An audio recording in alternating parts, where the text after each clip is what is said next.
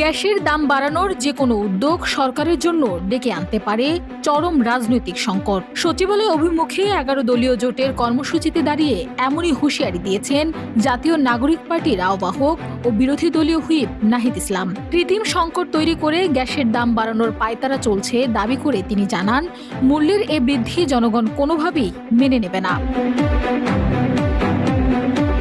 বৃহস্পতিবার সচিবালয় ঘেরাও কর্মসূচিতে পুলিশি বাধার মুখে পড়ে 11 দলীয় জোট। পরবর্তীতে উপস্থিত নেতাকর্মীদের উদ্দেশ্যে বক্তব্য রাখতে গিয়ে নাহিদ ইসলাম বলেন, বিদ্যুৎ নিত্য প্রয়োজনীয় পণ্য ও কর্মসংস্থান নিয়ে সরকার যেসব প্রতিশ্রুতি দিয়েছিল তার একটিও বাস্তবায়ন করতে পারেনি। উল্টো সিন্ডিকেটের সঙ্গে যোগসাযোগ করে কৃত্রিম সংকট তৈরি এবং বাজারে চাঁদাবাজির সুযোগ করে দেওয়া হচ্ছে বলে তিনি অভিযোগ তোলেন। একই সঙ্গে সরকার গণভোটে দেওয়া অঙ্গীকার, সংবিধান সংস্কার পরিষদ গঠন ও জুলাই সনদ বাস্তবায়নে ব্যর্থ হয়েছে উল্লেখ করে এনসিপি নেতা জানান, বিশ্ববিদ্যালয়গুলোতে বিরোধী মতে শিক্ষার্থীদের উপর হামলা ও ক্যাম্পাস দখলের চেষ্টা চলছে।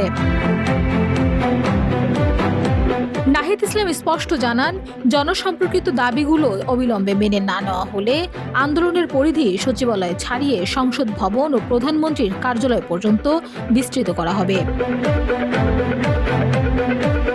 Desk report, Bangladesh bulletin.